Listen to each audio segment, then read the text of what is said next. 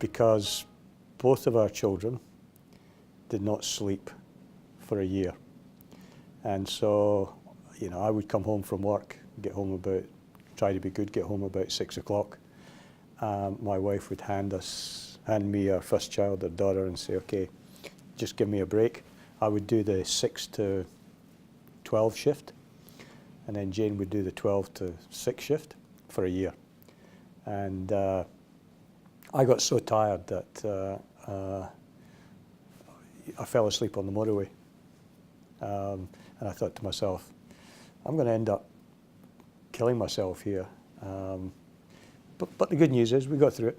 We got through it. And so yeah, and it's continued to be the most challenging and rewarding part of my career.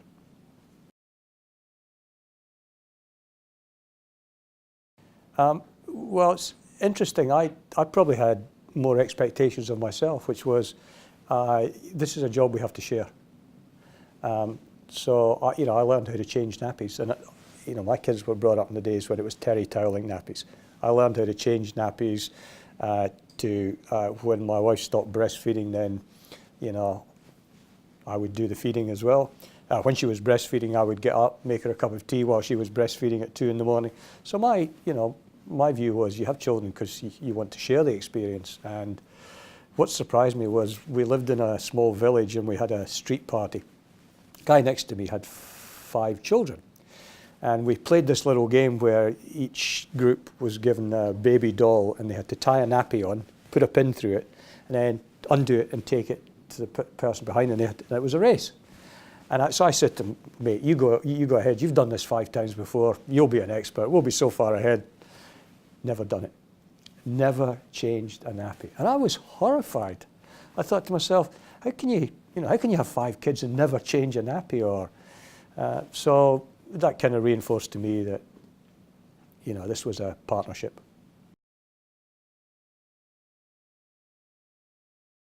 The hardest thing for my wife, I think, was she had a great career.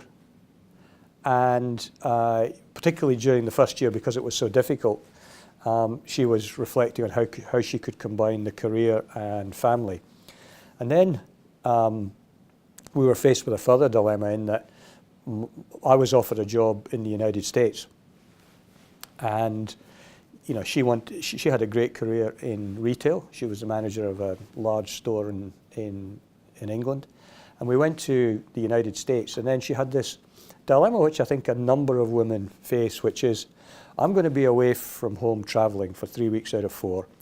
We just moved to Dallas, Texas. Our kids are having to make the adjustment. And she wanted to make sure that they settled in appropriately. And the thing I admire is that she's taken that decision. She's never regretted it. That if we were going to travel around the world, which my job involved, that she would actually put her career second.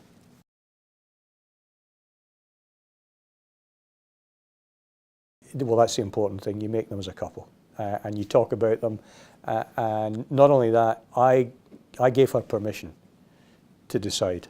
I didn't say to her, no, look, you have to look after the kids, or my career is more important than yours, or I'm going to make more money than you. But she came to the decision just by us talking about it, and she said, look, it has to be a personal decision for me. It has to be right for me, not what my friends think's right for me, or what society thinks is right for me. And I admire her for that.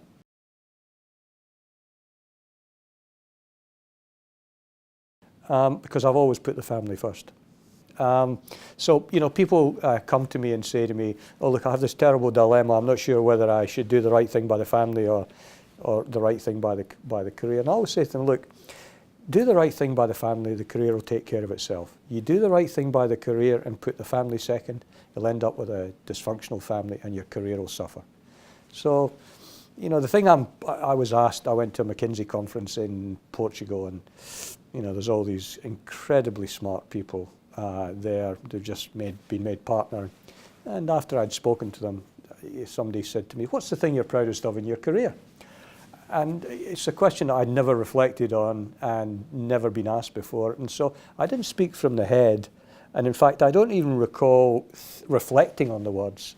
It just kind of came out, which surprised me. And I said, my kids. And they said, oh, why is that? Did they go to Harvard too? And I said, no. And there was a kind of silence. And I said, no, the reason I'm proud of them is because they're decent human beings. And, you know, if I look back on what we've been able to achieve, first of all, we've brought up 2 kids who are wonderful human beings, and they enjoy being with us.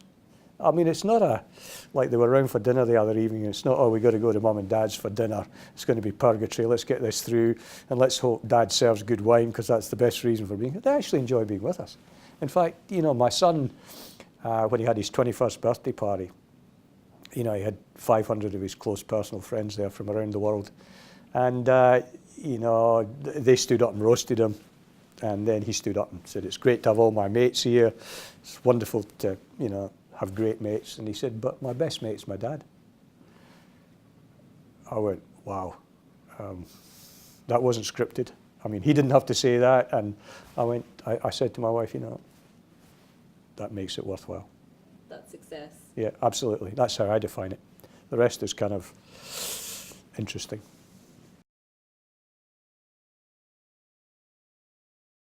That we had to justify it.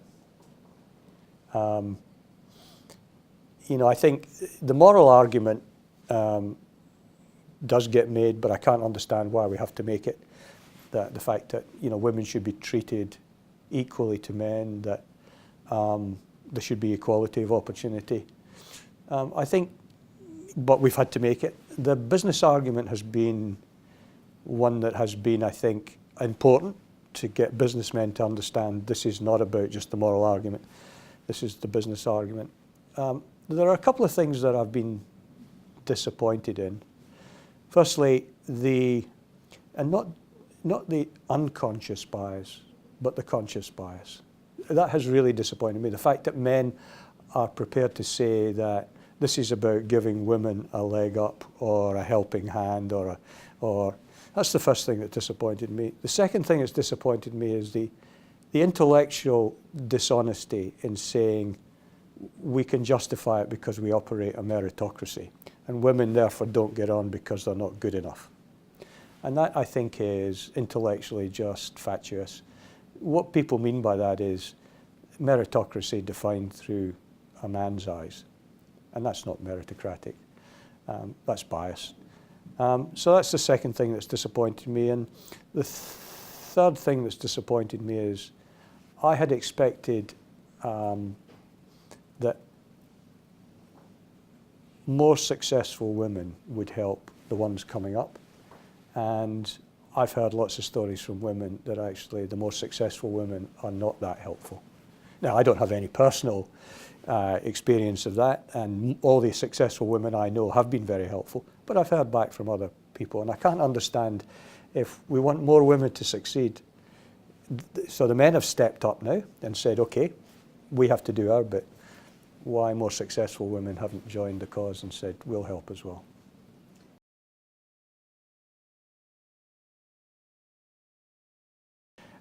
Well, first of all, I don't believe in quotas. Now, I know that's controversial, but I don't believe in quotas because I think that does a disservice to the women who get the jobs, because there's always a question, well, did they get the job because they're a quota? But what I have said publicly, and I'm happy to repeat it, if we don't make progress, then that's where we have to go. So it's only a question of time, but let's say I'm optimistic enough that we will make good progress. But if we don't, there's no excuse. What I'd like to see is that there are more women on the boards, there are more women in senior ranks, and the one begets the other, and that there are fewer women who are leaving, and this is where the gap takes place at the family formation stage, because we make all jobs flexible. And if we do that, then I think my wife wouldn't have had to choose. She'd have been able to do both, but she was never given that opportunity.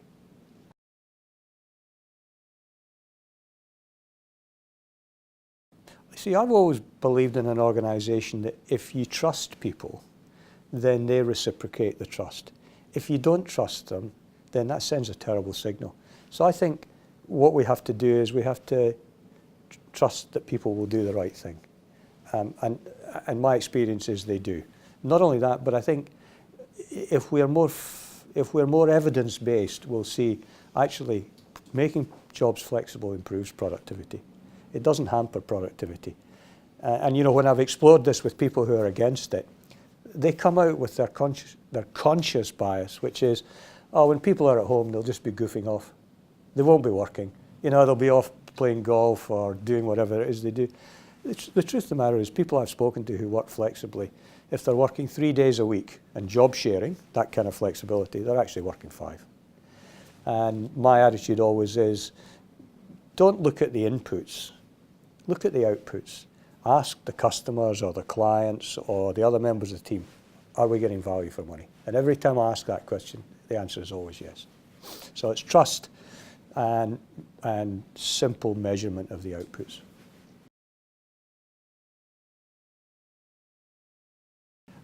I mean, all the evidence is that the earlier you bond with your children, the more meaningful the relationship you have.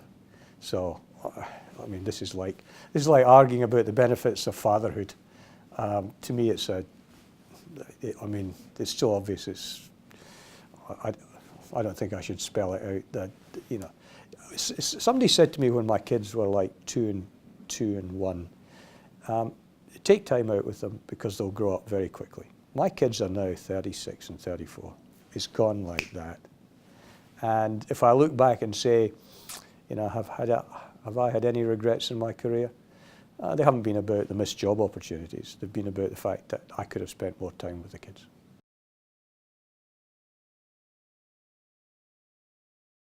I think the market takes care of itself.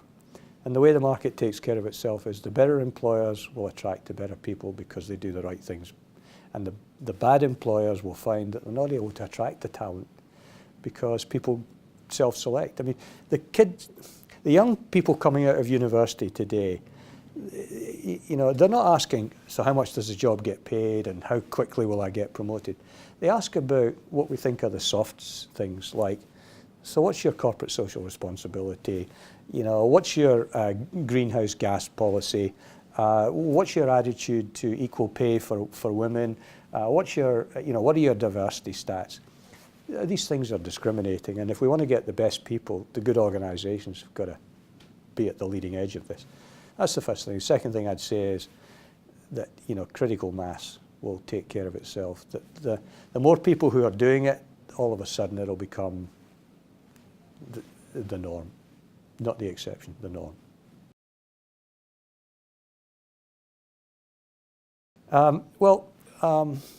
When I was on the board of Westpac, one of the directors called me at 11 o'clock in the morning and said, have I caught you at a good time? And I said, well, actually, Alana, I'm hanging out the washing. And she said, you're what? And I said, I'm hanging out the washing. I said, isn't that what you do when the washing machine comes to an end? She said, you mean you know how to work the washing machine? I said, yeah, I put the washing on. I said, you know, my wife went out and said, could you put the washing on? And I put the washing on. And I know how to program the washing machine. And what am I going to do? Leave the washing in there until she gets home and say, I'm sorry, darling, I didn't know how to hang the washing out. And she was quite astounded. And I can't think why she should be astounded. Just because I'm the chairman of Woolworths doesn't mean to say I don't know how to hang the washing out.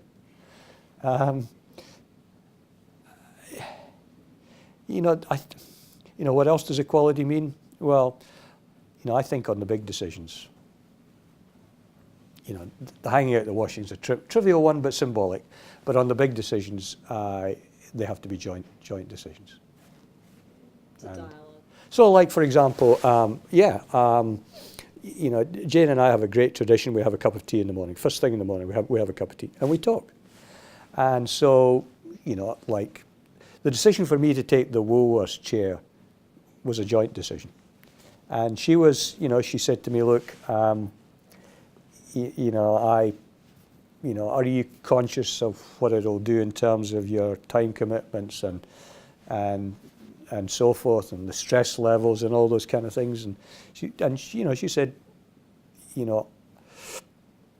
she was prepared to support me through that process, but she said to me, look, just think about whether you're taking on too much.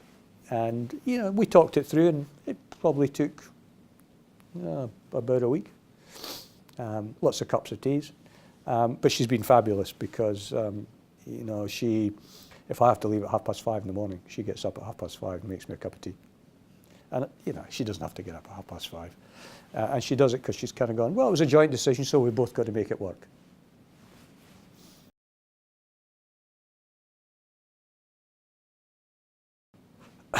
Humbly.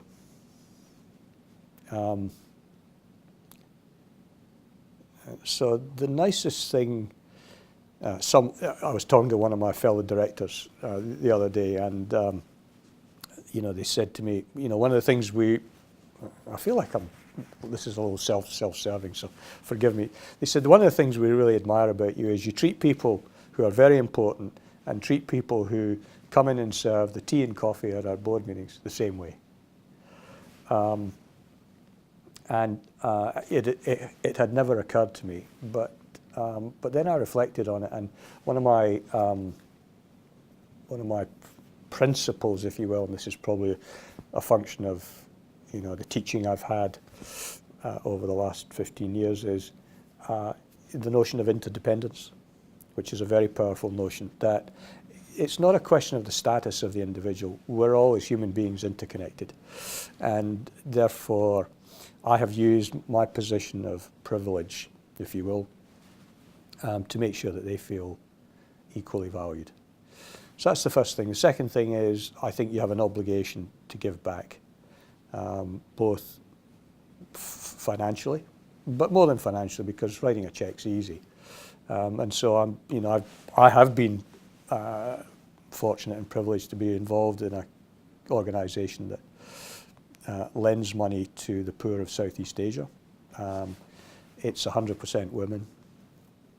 Our repayment rate is 100%. And these are poor, impoverished women who, without the loan, would stay in poverty or worse, in prostitution. So that's another way. And then the final one is to sponsor about 20 people. And sponsoring is not mentoring. Sponsoring is about me helping them with their careers, or in your case, getting into companies. And so that I think is, if I can use my position to help, then I think it's worthwhile.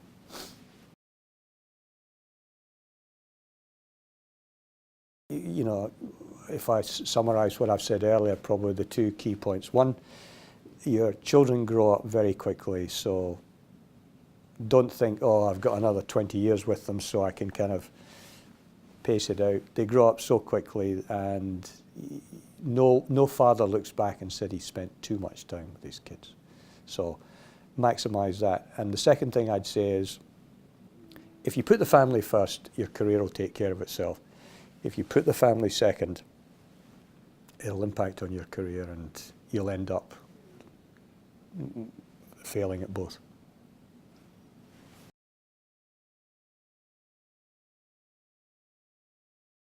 You get these moments in your life and in your career where you're actually forced to choose. And those are the defining moments. Because it's not what you say to your kids, like, I'm happy to put you first, and and stuff like that. It's what you actually do. And so I was posted back to London with PepsiCo, and I was in a top job there. I was in the top 30 people in the company, and on a stellar career. And again, my wife and I had talked about leaving Australia and going back to England. Our kids were born in England. My wife's English. I'm from, the better part of England, and we thought it would be the right career move for me, and it would be good for the family because a lot of our family were back there, and so were mine. So from a family, it would work out. But it was obvious in the first 6 months that this wasn't working out. And, you know, one of the things we always did as a family, no matter how busy we were, on a Sunday night, we would have a family dinner. And we'd sit around, we had an old farmhouse there just outside London, we'd sit around the old farmhouse table, and we'd always talk about how our week had gone. And so, you know, I said to my son, so how's your week been, Neil? And he said, Dad, remember when we used to go bush bashing in Australia? And if we got off track and we couldn't see the signpost, we'd always go back to the last signpost and get back on track. And he said, we're off track, but we're not going back. We're just keeping going. He's 11. So I said to my daughter, I said, so darling, how's your week been? And she said, Daddy, you remember when I was much younger and I would have a nightmare, and you'd hear me crying, come in and say, what's wrong, darling? And I would say, I'm having a nightmare. And I'd say, don't worry, in the morning the sun will come up. I promise. And she said, and it did, and things were okay. She said, I'm having a nightmare, but you're not telling me the sun's coming up. So I looked at my wife and I thought, oh my God, because the tears were just running down her eyes. So that was on the Sunday. On the Monday, I went into work and I said to the president of the European business, I said, I'm quitting. And I'm taking my family back to Australia on Wednesday. And I'll work out my 6 months notice, but I'm quitting. He said, but you don't have a job. I said, no, I don't have a job. I said, but that doesn't matter. He said, have you looked at your options? Have you realize how much money you're walking away from? And I went, no, I don't care. I said, my family are not happy. And I said, if I stay here and I get all this money in my options and I get a further promotion and so forth, and they're miserable, I'll never forgive myself. So I'm going back to Australia and it'll work out. Well, I came back, I didn't have a job. I ended up being the CEO of Lion, I ended up becoming the chairman of Origin, I ended up becoming the chairman of Woolworths. It's karma. You do the right thing happens.